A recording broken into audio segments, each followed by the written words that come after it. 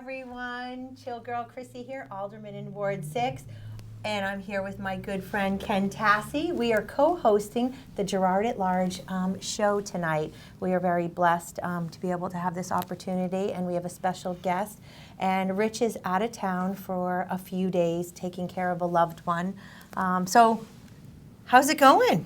Doing great, Alderman Kantor. Ken Tassey, Yeah. Chair of the MRC. Great to see you. Thank you to Rich for all he has done for the many years, holding the line for conservative values.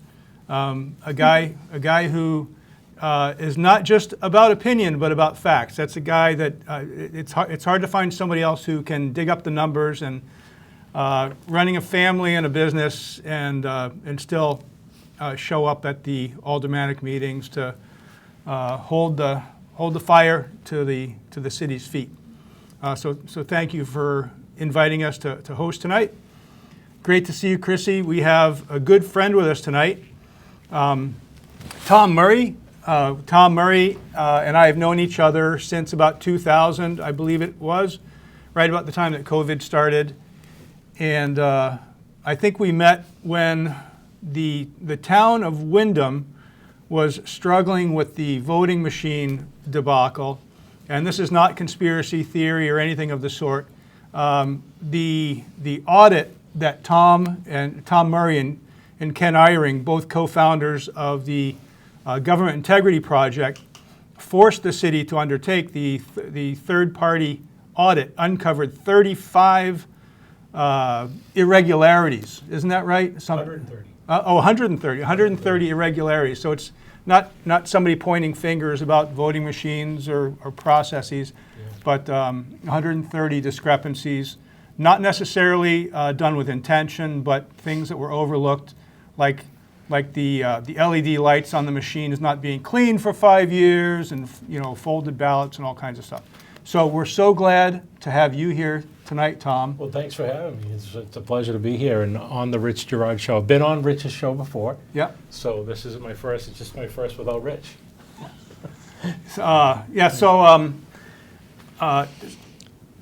This came upon us pretty quickly. So I thought we would start, and you're a veteran here, Crissy. You know what you're doing in front of the camera. I just always go with the flow.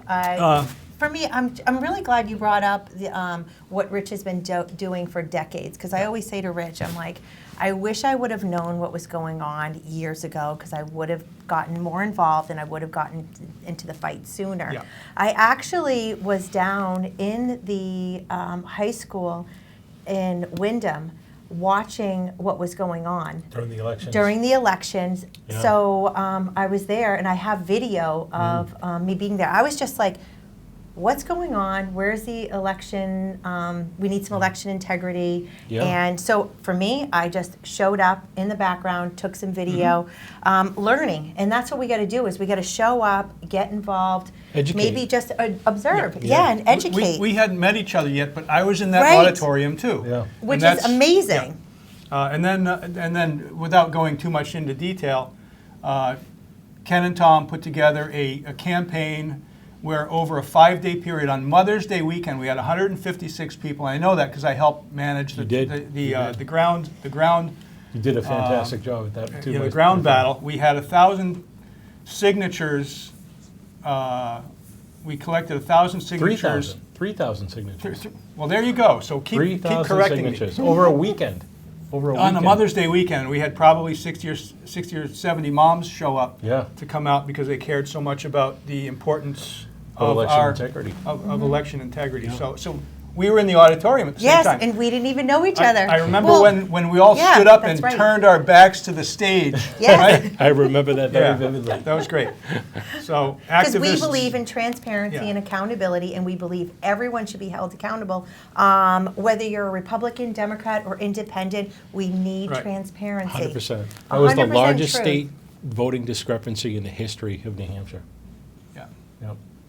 So the organization that Tom and Ken founded, Government Integrity Project, regardless of your party affiliation, they do the research, and they will call out candidates, elected officials, appointed officials, bureaucrats, if they're not upholding their the promises that they made to the people and to the state. So thank you, Tom. Thank you. Thank Thank you. you you, so Ken. much. So the three things that I thought would be great to talk about tonight, one is just to talk about current events. I'm glad Tom's here because he's at the State House all the time, and he knows a lot. I was there yesterday. Yeah, right. He was speaking there. I think he was giving testimony there on something that we're going to talk about in a little bit. Yeah. But Crissy, if there's anything that you want to talk about, because you're alderman in the city, Yeah.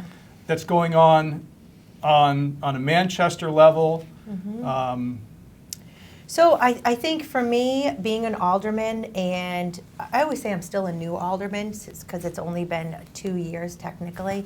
I just think it's so important that everyone comes down to City Hall and takes their 3 minutes to speak to us and hold us accountable. Let us know what's going on in your neighborhood or where you feel like we need to look into things further. So I have missed Rich, and there's been a lot of people that haven't come out to speak at public comment. But the only way we're going to change things in our city and in our state is if we show up, if we are heard. Which sometimes we aren't heard, so we need to bring more friends. Or talk louder. Yeah, or talk louder and be direct, lots of emails. I just think we've got to find the courage, even if we don't like to public speak. I do not like to public speak, but it's just really, really important because that's the only way we're going to make good change. And, I've been a Manchester girl my whole life, and yeah, things have changed, sometimes for the good and sometimes for the not so good. And I feel like we need to protect our neighborhoods better. The only way we can do that is if we speak up. And how are we spending our tax money? That's essential. So we need to hear from you. And I am missing some of my friends that used to come and hold all of us accountable. Whether you're a Democrat or a Republican, we need to hear from you. So I just think it's just really important. And Rich has, I always said, I'm like, if I would have known sooner, I would have gotten more involved. And so I'm asking you to get involved. It's really important to, sometimes we have to get uncomfortable to get comfortable. And there was an amazing woman that came out and spoke about the plowing and everything and the city sidewalks, and we need to hear from you, and I thought it was really great. I heard that. She didn't hold anything back. No, she didn't. She's like, am I going to get a refund on my taxes? And I'm like, yeah, No. we should all be asking that if we're not, we need to spend our money wisely. So I guess my thing is, there's been so many people in the fight for so many years. They're getting tired. It's a lot, and they need backup. We need to hear your voices, and find out what your gift is, and let's share it and make good things happen. Let's be good neighbors, and the truth will set all of us free. Yeah. So thank you. And as far as compelling people to come out and get involved. Yeah. You mentioned something in a phone call that we had on our way here, and it was big news in Manchester, in Ward 6, Oh, in yes. the United States, which is the whole Picklegate thing. And Went to Hawaii, Alaska. Right. So, and I know people are like, please, kind of like move on. However, it took form in legislation, right? So you know a little bit about that, Tom. You know what's going on at the Yeah. State House Yeah. with the homestead Yep. legislation. Can you share a little bit about that? I don't know all the details, like I couldn't cite the bill number or the actual verbiage in the bill, but my understanding is that it was passed through the committee. I believe it's been exec, I'm not sure. But yeah, there was legislation to address the whole incident over what you guys would call Picklegate. So, Right. Yeah. so Right. but I think what it really speaks to, it just speaks to the process. And that if people, get involved, take an initiative, reach out to their legislators, their senators, and put forward bills, these bills can, they go from LSRs into bills, and these bills go through committee, and then from committee, they get they get put forward, and then the court, the general court, the legislature, and the Senate, they vote on these, and this can wind up on the governor's desk and get signed into law. So it's possible. So to give people hope and address grievances, I mean, this is the process that we all have, and I think it's a wonderful process. So. Right. So Yeah, I love it, and I'm you can grateful. tell us a little bit about it because you're kind of in the middle of it. Yeah, Daniel Mowry, the pickle man. So he got a cease and desist about the pickles. He can't make any more pickles, and it was a big thing. And I guess the big thing is, when we think something's not right, we need to speak up, and that's what he did. He spoke up. Everyone else was like, what? We can't share pickles? I can't give you my fresh pickles. My mom called me and she's like, I can't believe that all the years I've been illegal not passing out pickles. So the point is the process. Daniel spoke up, more people spoke up, brought it to the alderman, and then we changed a few things at the city, but not the pickles. So Senator, our awesome Senator Victoria Sullivan, Yep. took it to the next level, and what she did is she brought forward the bill, and I actually testified a couple weeks ago on that, on the importance of Fantastic. aligning our position with the state. So that passed through the Senate, and I think it's off to the House, and we'll see how it all comes out. So, but that's the beauty, is the process. The And process. nothing's going to happen unless we speak up. So that is powerful. Your voice matters, you know? When we get that feeling inside, we've got to act on it. Like, I've always been for the underdog. So Yeah. I get that feeling. I'm like, wait. And I don't need to show up to every fight, but Yeah. we all need to show up a little bit more, don't you think? I do. Absolutely, yeah. And that's why the three of us are sitting here, right? In Right. different Yes. different areas of what's going on in our cities and our towns and state, we all basically stepped up and got involved. I didn't want to do it, but I ran for school board in 2021, I guess. Yep. Yeah. And God bless you. Yeah. yeah, it was. Been there, done that, and I know how far difficult of a as job far as that is. ideologically, politically, I was 1 against 14, pretty much. But I learned a lot, and I don't like public speaking either. Believe it or not, before every meeting, my heart would just go nuts, and if I ever wanted to quit, I could honestly cite health problems for resigning, right? The anxiety. Yeah, really. Yeah, it is. It's one thing that I heavy. think humans hate the most is public speaking. Yeah. So, see, the other two things that I thought we would cover. One I wanted to talk a little bit about Marxism, and it's this kind of ethereal thing that people like. What does it mean? And didn't that end in 1991 and all that stuff? But how is it relevant, or how is it consequential at the town and the city level, right? And then finally, I think we're going to give the bulk of the show tonight to talk about something revolutionary that Tom and Ken at GIP have been researching for a long time and uncovering.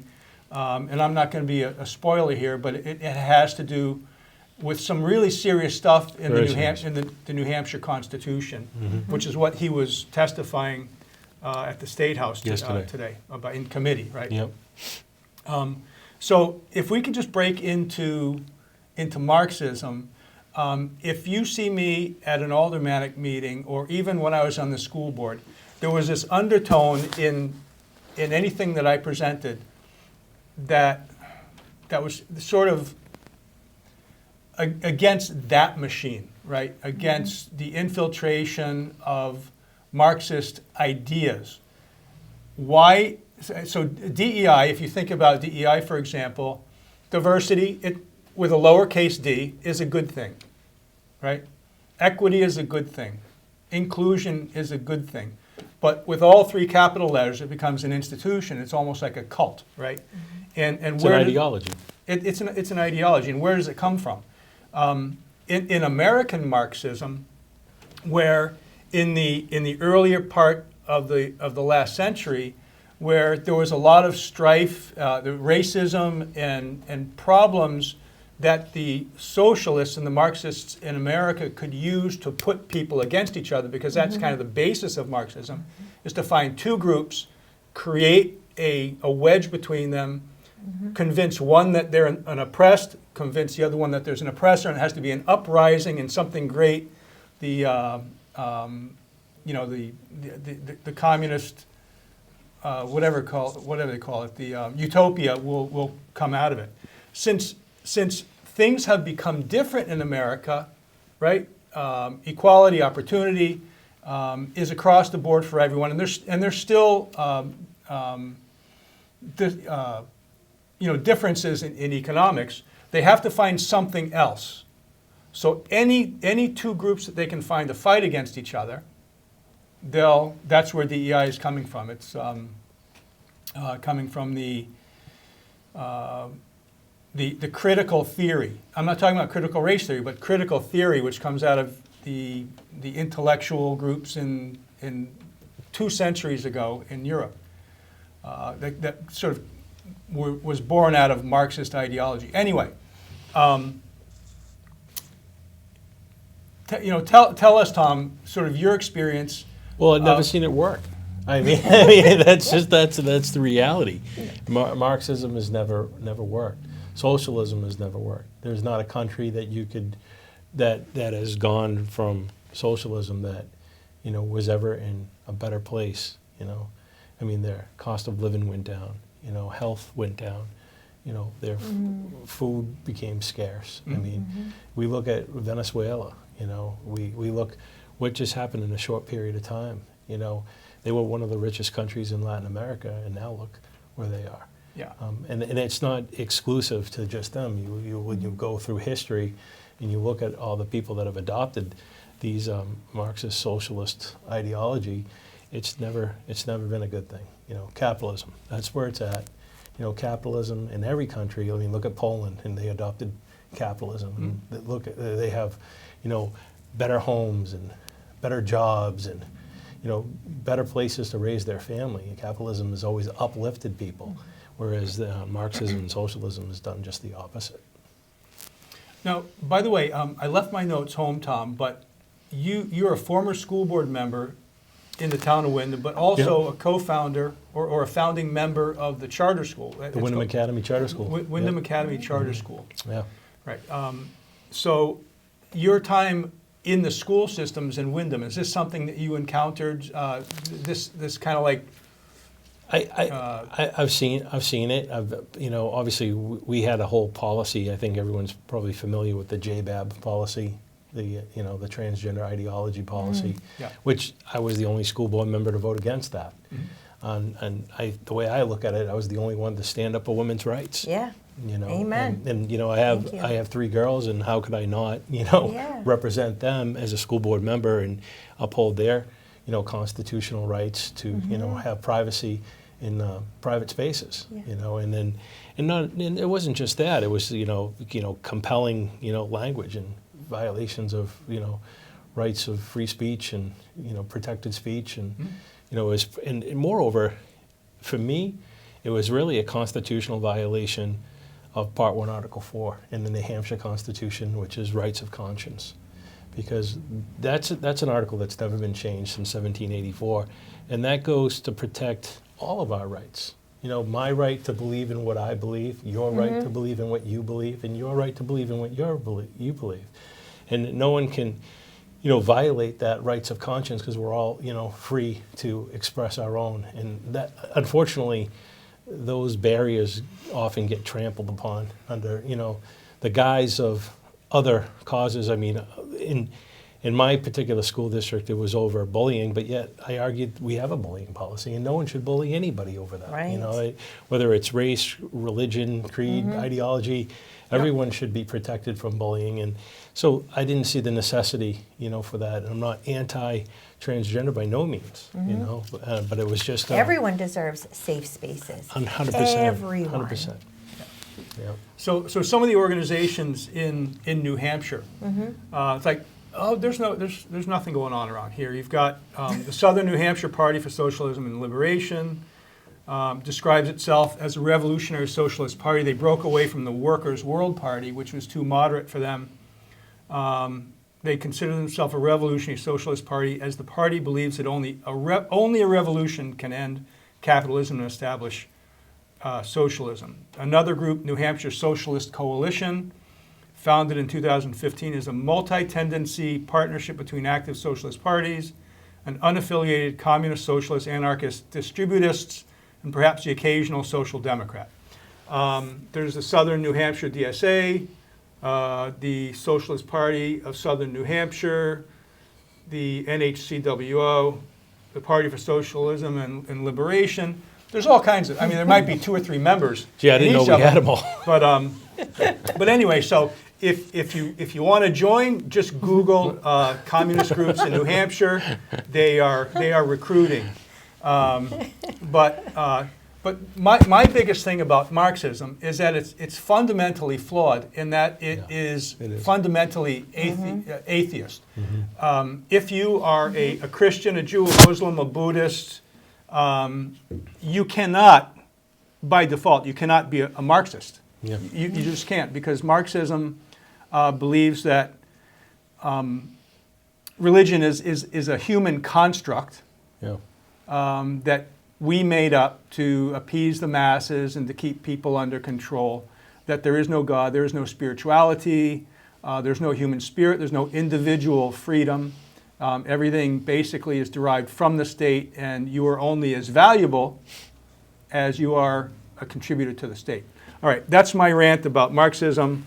I want to share that I went to Cuba on a cruise, and when I got off there, I did this great little, took a little car with my daughter, and the gentleman was like showing us around, gave us a tour, and he's like, oh, here's our free health care. And it was this building that was like half rubble, and people, you could actually see them in the rooms. It was just the craziest thing. Oh, and here's our free housing. And it was like a broken building. And it was just like, he had to make a joke out of it and to show the insanity. And I think that was like in 2017 when I really wasn't active in any kind of, awakening until 2020. Yeah, I've watched a documentary in that some influencers did in Cuba, showing the grocery stores, all the same brand. You couldn't, this is what you ate. You didn't get a choice. And then when you compare that to like a place like the United States of America, which is so different, and this is the best country on the planet Earth, and we have all these liberties and all these freedoms, and I think the young kids today don't appreciate those things, and I think Americans, they sometimes, not all, and sometimes some like that promote this socialistic ideology, they don't appreciate what they have. And for them, I just say, get on a plane and go visit Cuba. Stay there for a week and then come back to the United States of America, and then you'll find a newfound appreciation for everything that we have here. Totally. Reality check. Yeah. So Tom, breaking news. So breaking news, and this is why breaking news. It's late news, but it's breaking nonetheless. Yes. It's late. Yeah, it's late news, which is why we're excited that Tom was able to join us today. Yeah. And so give us. Can I just say what I'll sound like an idiot I'll jump talking about in it anywhere you would like. So, as I understand it, there were some mistakes made in the writing of in an amendment in the Constitution where they changed one word. Yep. By one letter that changed the entire meaning of an entire phrase, and it has to do with education and taxation. Yeah. And maybe what we could do for your audience is we could queue up. Interestingly, there was a colloquy this afternoon with Senator Gray, and Deb. I can never pronounce her last name. Altschutter, but I don't know if they can pop that video queue up. The video, Brendan. We'll watch that, and then I think I can give some commentary to it. Senator, you quoted Part 2, Article 83, but you didn't go to the next sentence. with the next sentence being provided nevertheless that no money raised by taxation shall ever be granted or applied for the use of schools or institutions of a religious sect or denomination. Doesn't that preclude us from raising taxes? So where are you going to get the money? So this is a big deal. This is basically saying that you do not have the authority to raise taxation for the use of public schools. And so we've been researching this for some time. And what Senator Gray was doing was he was referencing the word or of in the proviso language, which was adopted in 1877, ratified by the voters, was provided nevertheless that no taxation should be used towards schools. And if you read the Constitution, it says of institutions or religious sects or denominations. It's not an of, it's an or. So when they're saying schools, they mean all schools. And furthermore, what supports the 1877 amendment is the 1850 Constitutional Journal. And there's actually an introduction page. I don't know if we could pop that up on the screen. I don't know if you, yep, there we go right here. And this is really important. What you're looking at is an introduction to the 1850 Journal. And at the bottom, you'll see former Secretary of State William Gardner's name, and it's dated November 23rd, 2005. So Bill might be old, but he's not that old. Yeah. But what Bill discovered, and if you could pop that back up on the screen, is it starts by, although the delegates of New Hampshire's 5th Constitutional Convention called for the printing of this journal, the task was never completed. Bill found this document in the basement, and he had it transcribed. And this was found in 1980, but it wasn't published until 2005. And one of the things it says in the second paragraph, the 1850 Conventional effectively changed very little in the Constitution, which is true. However, it doesn't talk about what was proposed. And that's what we're going to get into. And moreover, I found it remarkable that it says, you know, that the funding of public education is mentioned here. So why is this so important? In Constitutional Law 101, when you ask a question of the people and the people say no, no means no. Mm-hmm. And it means no, it's dispositive until you ask the question again and they say otherwise. And if it's no, you have to respect the people and what they voted. Regardless of time, no legislative body can go around that. No judiciary can usurp the rights of the people. The people are paramount. Part 1, Article 1, we say that all right of government originates from the people and it's founded in consent. Consent is where the people stand at a higher plane than the form of government. It's the people that have all the authority. And so what was remarkable is we found in the Constitution, and when I say we, there's a lot of people that are working on this. Daniel Richards, I'm sure some of your audience might know that name. He's a constitutional scholar. This was a find by Daniel. And this was, I mean, feather in Daniel's cap. It's not very often that you find an error, a textual error in the New Hampshire Constitution, and that's exactly what it was. And we got confirmation just a couple weeks ago from the current Secretary of State, Dave Scanlon, confirming that this was an error. It was made about 50 years ago, which puts us right into the 80s, right before Claremont is decided. So for your audience who doesn't know what Claremont is a court case. And what happened in the, Claremont is they asked, it was a funding issue. And whereas they didn't have the benefit of having a tax base like Manchester that has a, incredible tax base, a lot of people in Manchester, that obviously their population and their local economy didn't support the tax base. They weren't able to fund things at the level that other school districts could. So they sought relief in the lower court, and it was Judge George Manus that actually initially denied the Claremont decision. Most people don't realize that. They don't know that Claremont was denied before it was approved. They took that decision, which was challenged to the Supreme Court, and it's where at the Supreme Court level, the judiciary, the Supreme Court justices, made a decision that Part 2, Article 83 of the New Hampshire Constitution put forward a duty to, quote, fund and make a, quote, adequate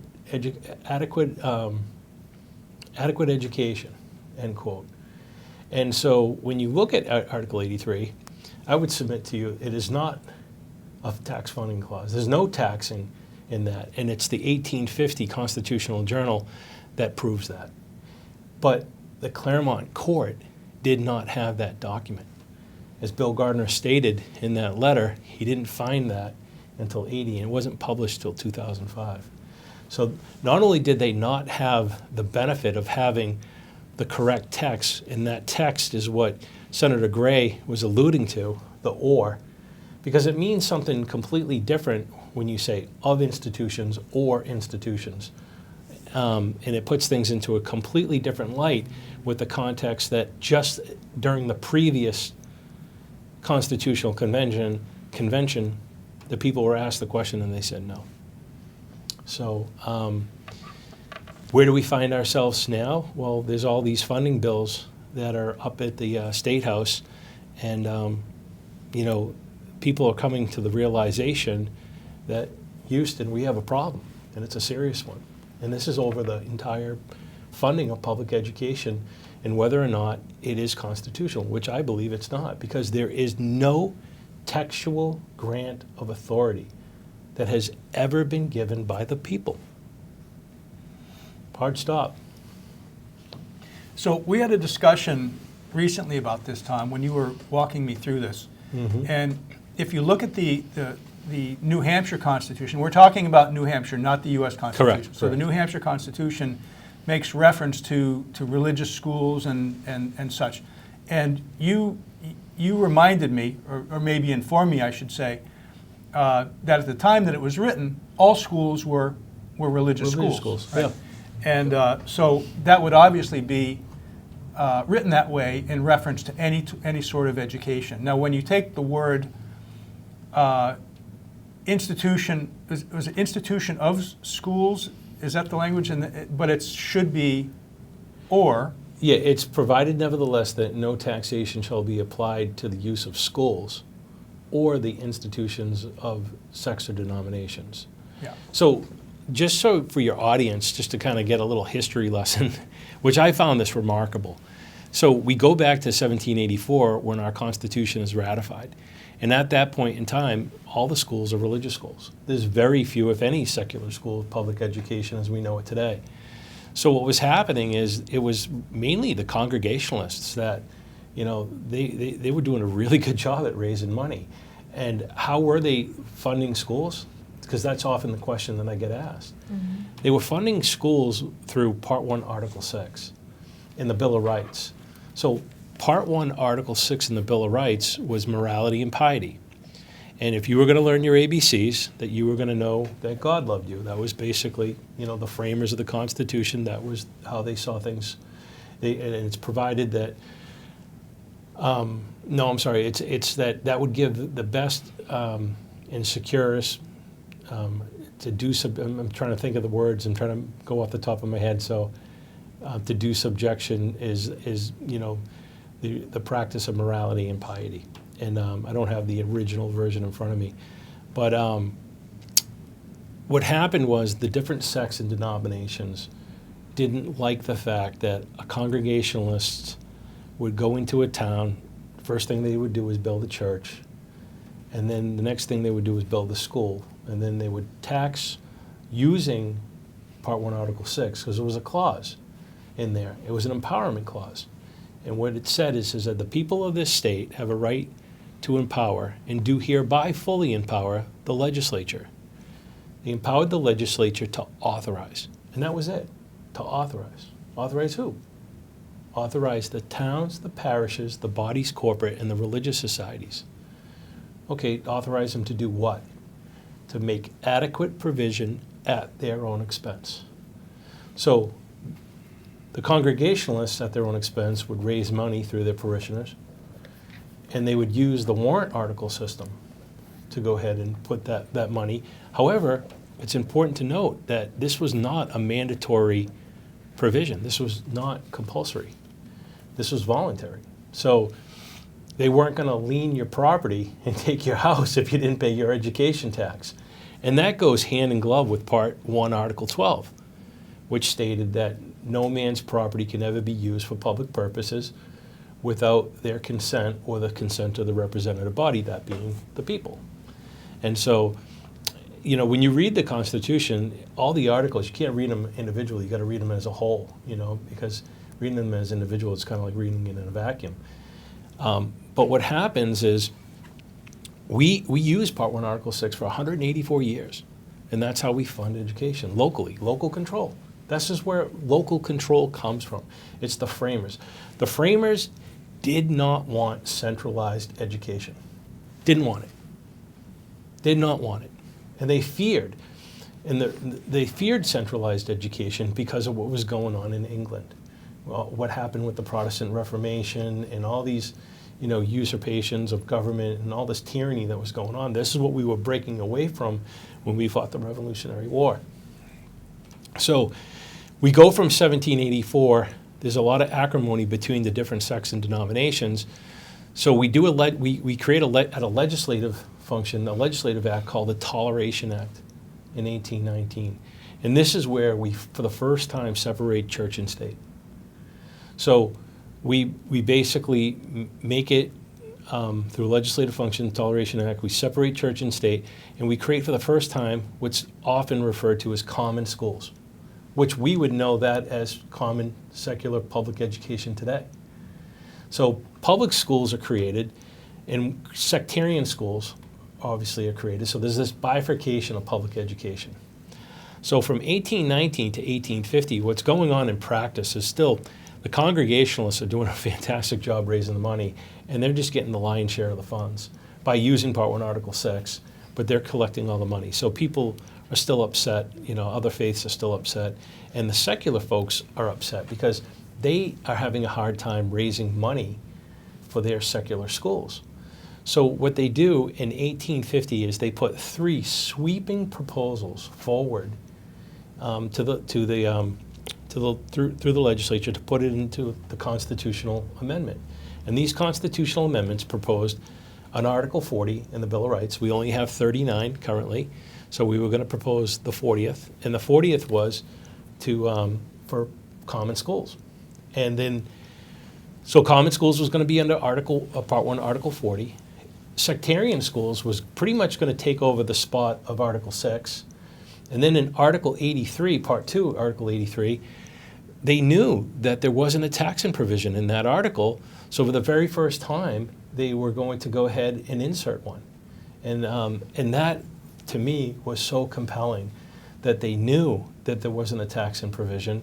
They clearly put an article forward, and I don't know if we can bring that up on the screen. I'm not sure what picture it is, but I think it would be really interesting for the people to see. I have them numbered. I think they would probably be the next one in line. Is that the comparison, the side-by-side? Nope, that's 68. Well, we'll get that in a second. But it's one of the yellow ones.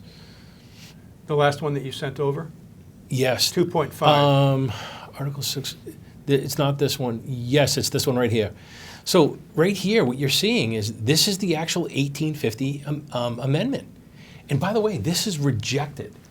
So it's important for your audience to understand that this being rejected, that means it's dispositive. It stays as it was without this amendment. The legislature wanted to make provision for the establishment and the maintenance of free common schools at the public expense. See, we never had it at the public's expense. And this being not ratified and denied, it's not at the public expense.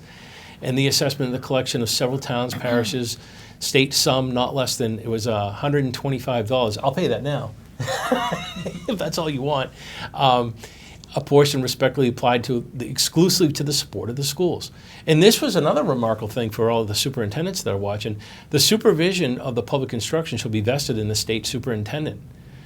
That was also rejected. which puts into question the whole entire superintendent positions being rejected. Yeah, it's really interesting.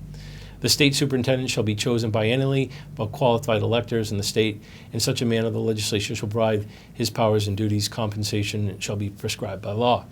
So this is a constitutional amendment that is rejected and failed. And by the way, when you see the numbers that it failed by, it failed overwhelmingly. The people in 1850 did not want centralized education. And what was interesting for me too is a lot of the towns that you see as more of like not to get political, but you see the bifurcation of political parties in the towns, and we could all guess what towns or what persuasion they go. And it's interesting because what they were then is what they are now. And I think that was really interesting when I read through the journal to see the actual vote totals. Oh, interesting. Yeah, it was. So you've done a deep dive on this. Oh yeah, like 48 pages, and I've read it multiple times. And every time I read it, I get another nugget of information that I found remarkable. And actually, last Friday, I actually had a conversation with Bill Gardner over this, because for your audience that have the former Secretary of State, Bill Gardner, is a remarkable historian, and he's just such an interesting guy to talk to. And he gave me a whole education on a lot of this. Is where it came from was Franklin Pierce. Yeah, and I found that story to be remarkable as well. And he was the president of the Constitutional Convention. So, and again, I can't emphasize enough that the Claremont Court did not have this. So you've brought this to constitutional experts, you brought this Yeah. past attorneys, to former Secretary of State, current Secretary of State. Their heads are probably spinning, or certainly amazed. So for the layman, right? For the people layman. who don't understand constitutional law or never read the New Hampshire Constitution, how does this discovery, if it gets traction, it sounds like it's starting to get traction. Yeah, yeah. What are the implications at the local school district level? Okay, so this is going to wind up in court. There is an abatement process going on right now. And for your audience, people are filing abatements. I would encourage people to file an abatement. You have On to your website, which is? Save Our Schools NH, one word, saveourschoolsnh.org, O-R-G. And you can, there's a link there that will take you through the entire abatement process. There's a little explainer video to follow it. And why file an abatement? File an abatement is really just to uphold your constitutional rights as they are. And so the abatement process is really simple. It's pursuant to RSA 7616. Again, it's very simple. The video will walk you through step by step. Have your tax bill in front of you. You can fill it out in probably 3 minutes. And we're not challenging proportionality. We're not challenging assessment. We're challenging that there is no constitutional grant of authority in the first place. For people to pay taxes. Education taxes. To have a portion of their taxes go to education. We'll get into the 68 amendment here in a minute, but it's important to understand that there's two critically important things. So far, just to kind of recap up to this point, we have a textual error in the Constitution. The Supreme Court in 1993, the Brock Court, didn't have that. The Claremont Court also didn't have the 1850 journal. So there's two critical pieces of information that they were not privy to. And I would submit to you that that court would probably make a different decision today. And we would still operate as we did under Part 1, Article 6, which was, voluntary system through the warrant article process. However, this is something else that has happened catastrophically, is in 1968, we extinguished that. And if we could bring up that picture with the side-by-side, it's probably the bright yellow with the strikeouts. There we go. Okay, on the left-hand side, I don't know if you can minimize that so you can see the whole piece, but off screen. But let me explain what to your audience what you're looking at. On the left-hand side is the original Part 1, Article 6. This is what gave you the right. On the right-hand side is what it was amended to. And the question was, do you want to strike out certain specific sectarian references? And to read as follows. Now, this is something that I did on my own to just go side by side, because and read as follows. I would submit to you that question that was asked was invalid. And here's why I say that. It was invalid is because people didn't have the benefit of knowing what it said, so they didn't have the benefit of understanding what was being taken out and crossed out. And what was crossed out was the empowering clause. If we go back up to that picture for just 1 second, I just want to point this out to your audience. So see where it's bold and it says fully empower the legislature? This is the language, which I would submit is not sectarian at all, fully empower the legislature. I think we all agree on that, to authorize from time to time the legislature to make, from time to time, it's the several towns, and that's crossed out. So the town's authorization's gone. And the legislature's empowering clause is gone. Now that's structural. When that is ratified, which is ratified by 75% of the voters, this is what we're operating under now. And if you look at the right-hand side, you can see all that language is gone. So the legislature is no longer empowered. So as a curiosity, did you dig in to see what the makeup of the legislature was in 1968? Well, you guys in your audience will find this remarkable, because do you know who was responsible for the convention? Was Manchester, all the people from Manchester. It was Governor John King, the Democrat Governor John King, and there was, I think, 3 other individuals, and I can't remember the names off the top of my head, but they were all from Manchester. Yeah, that 1968 amendment came from, people from Manchester. So. Right. So basically, can I say liberals? Right. Say anything you want. It's a free country. Anti-religious. Yes. 1968. This is the time frame. So probably like clean-cut hippies. Yeah. Right. Hippies who shave their beards and anyway, I had a big afro when I was a kid too. So, but anyway, I was curious what the makeup would have been politically to have stricken all of this really important I would like to language. Hope that they didn't understand what they were doing. Okay. Because to do that and understand that knowingly doing it is bad. I mean, there's no words for that. I mean, this was basically extinguishing the funding mechanism, that the only body politic that was left and authorized to raise money at its own expense, and they extinguished it. So I would submit to you right now, there is no body politic that currently has constitutional authorization to tax for the purposes of education against your estate. We do have Part 2, Article 6B, which is the lottery for public education aid, but again, not against your estate, not property tax. So for anybody who might argue that Tom Murray wants and Ken Eyring and kind of like your group want to flip public education on its side and demolish the institution. Not at all. What would you say to that? Well, first of all, I'm a former school board member. I'm the founder of the Wyndham Academy Charter School. I'm also the father of 5 children, my youngest having Down syndrome. So public education, I believe, opens doors for people. That's not the question. The question is constitutional fidelity.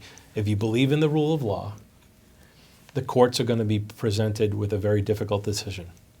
And that decision is to uphold precedent or uphold ratified text of the New Hampshire Constitution.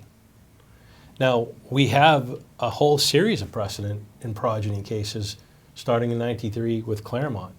97 Claremont 2, we have the Dover cap situation. We go to Londonderry, then we have, recently this past summer, we had the Convale decision and the Rand decision.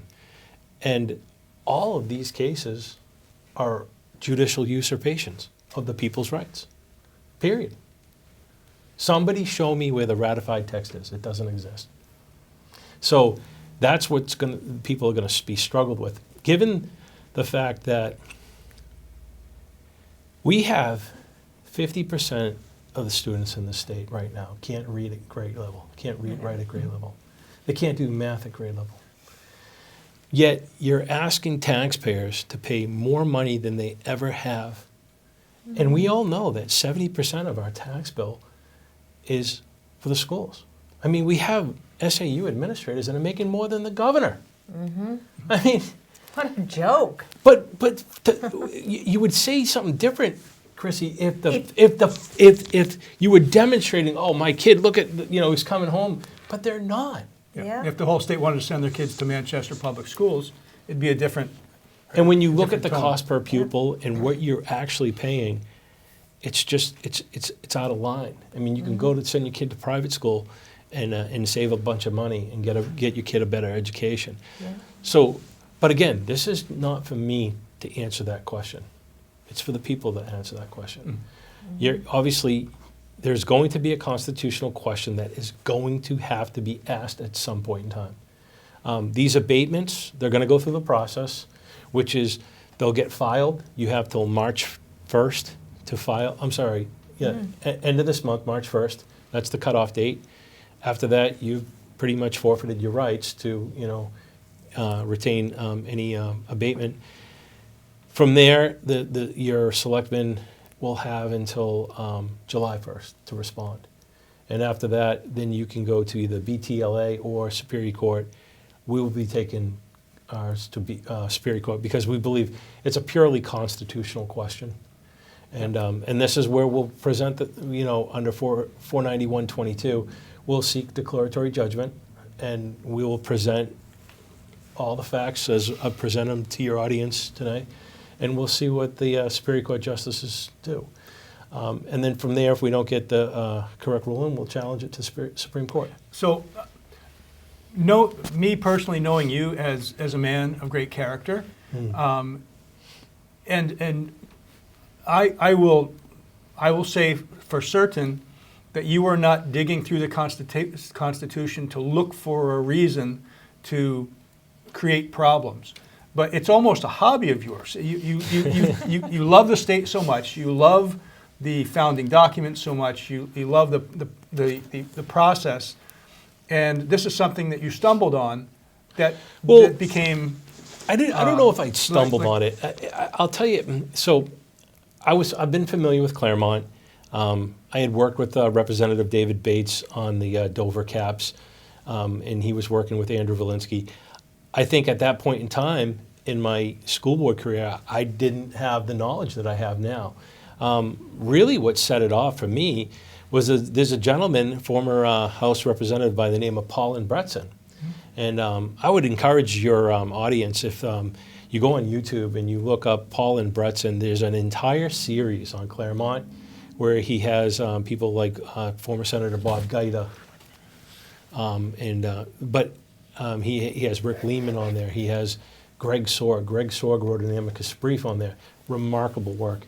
We got to finish up and. Yeah, but I would check that out. But yeah, I think there's going to be more to come on this, and so maybe I could join you guys again and we can talk more about it. But Thank you very I much. appreciate you guys having me on. Let me Can share you this. repeat that website? Sure, it's saveourschoolsnh.org. Saveourschoolsnh.org. If you scroll about halfway down this page, you'll see the abatement application, and just watch the explainer video, and we'll walk you through everything. Yeah. All right. And then finally, we wanted to send our thoughts and prayers to the family of Bob Baines, who passed away recently. A great loss to the city and all of his family members. Thank you very much.